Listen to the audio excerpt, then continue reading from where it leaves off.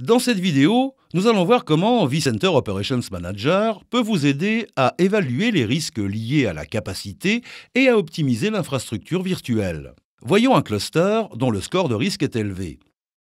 Nous commençons par consulter le tableau de bord de gestion vCenter Operations. En dessous du badge de risque, vous voyez que le score de temps restant est de 0, ce qui indique que la capacité restante est inférieure à 30 jours. Dans ce scénario, le cluster manquera d'espace disque dans les 8 jours. Il suffit de cliquer sur l'onglet de planification pour afficher le tableau de bord récapitulatif avec les détails de tendance et de prévision. En faisant défiler l'affichage, nous voyons que toutes les autres mesures de ce scénario sont correctes et que l'espace disque de la banque de données est le seul problème.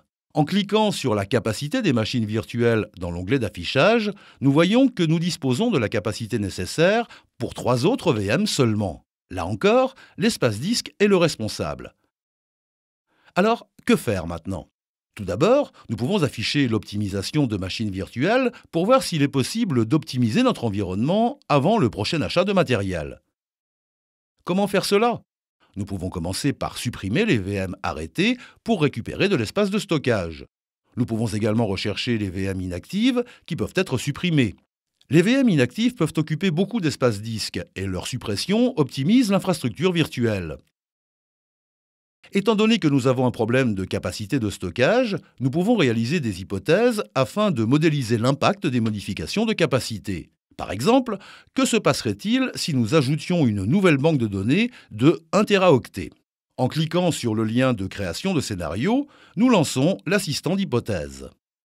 vCenter Operations Manager permet de modéliser l'ajout et la suppression de la capacité physique et virtuelle.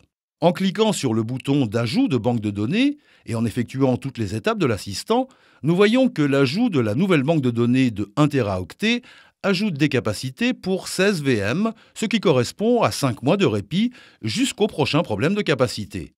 Alors, que faire ensuite ? À court terme, nous pouvons optimiser notre capacité existante et récupérer de l'espace de stockage en supprimant les VM arrêtées et inactives inutiles. Nous pouvons éventuellement récupérer de l'espace en déplaçant les VM vers un autre cluster. À long terme, nous devrons planifier et budgéter des achats de matériel pour pouvoir provisionner le nouveau stockage. Dans ce scénario, vous avez vu comment vCenter Operations Manager peut vous aider à identifier les pénuries de capacité et les secteurs présentant un surplus de capacité avant qu'ils aient une incidence sur les utilisateurs.